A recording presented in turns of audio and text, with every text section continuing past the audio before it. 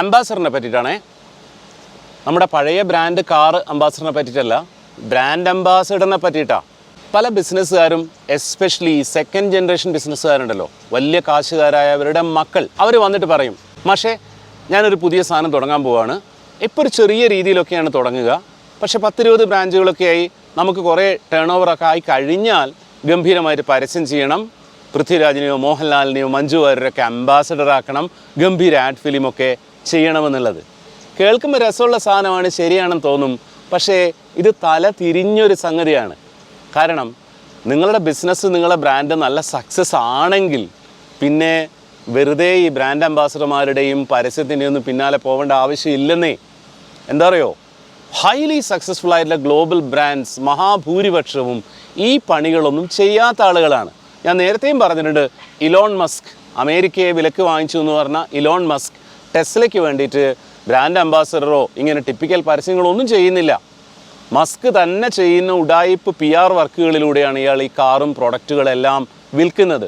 Sara ഇല്ലേ, വളരെ famous ആയൊരു ഗ്ലോബൽ ഫാഷൻ ബ്രാൻഡാണ്. അവർ മോഡൽസിനോ പരസ്യത്തിനോ വേണ്ടി കാര്യമായിട്ട് സ്പെൻഡ് ചെയ്യുന്നില്ല. പക്ഷേ ദുബായ് മാൾ പോലുള്ള വളരെ വലിയ മാളുകളിൽ വളരെ അട്രാക്റ്റീവായ ലൊക്കേഷൻസിലാണ് സാറയുടെ സ്റ്റോറുകൾ ഉണ്ടാവുക. പ്രൊഡക്ട്സ് വളരെ യുണീക്കായിരിക്കും. ഇതാണ് കച്ചവടം. ഷോപ്പാർട്ട് ഗോൾഡും ജ്വല്ലറികളും മറ്റ് സാധനങ്ങളൊക്കെ ഇറക്കുന്ന ഒരു പ്രീമിയം ബ്രാൻഡാണ് ഷോപ്പാർട്ട്.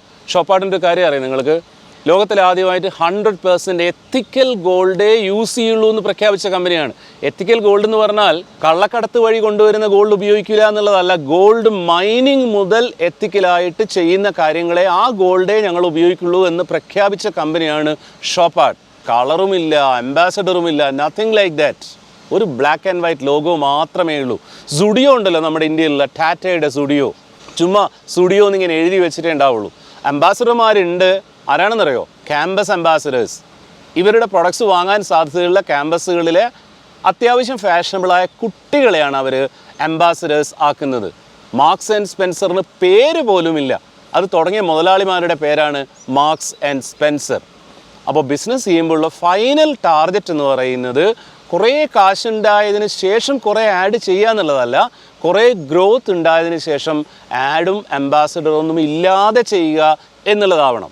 നമ്മുടെ കോഴിക്കോട്ടെ റഹ്മത്ത് ഹോട്ടലിലെ ബീഫ് ബിരിയാണി, നല്ല ചിക്കൻ ബിരിയാണി കിട്ടുന്ന റഹ്മത്ത് ഹോട്ടൽ, സ്റ്റേഡിയം പുതിയ ബസ് സ്റ്റാൻഡ് അടുത്ത് പുതിയ റെസ്റ്റോറൻറ്റ് തുടങ്ങിയിട്ടുണ്ടായിരുന്നു അവർ. ആദ്യത്തെ ഒരു കൊല്ലക്കാലത്തോളം അതിന് ബോർഡ് പോലും ഉണ്ടായിരുന്നില്ല. ഒരു A3 ഇങ്ങനെ പ്രിൻ്റ് ചെയ്തിട്ട് റഹ്മത്ത് ഹോട്ടലിന് എഴുതിയിട്ടുണ്ടായിരുന്നു, GSTIN നമ്പറൊക്കെ കൊടുത്തിട്ട്.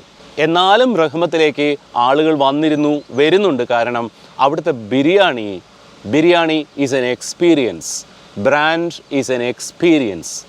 എങ്ങനെയാണ് ഈ എക്സ്പീരിയൻസ് ഇമ്പോർട്ടൻസ് എന്നുള്ളതിനെ പറ്റിയിട്ട്, അല്ലെങ്കിൽ CEO CFO എന്നുള്ളത് പോലെ എത്ര ഇമ്പോർട്ടൻ്റ് ആണ് CXO എന്നുള്ളതിനെ പറ്റിയിട്ട് അടുത്ത ദിവസം നമുക്ക് പറയാം.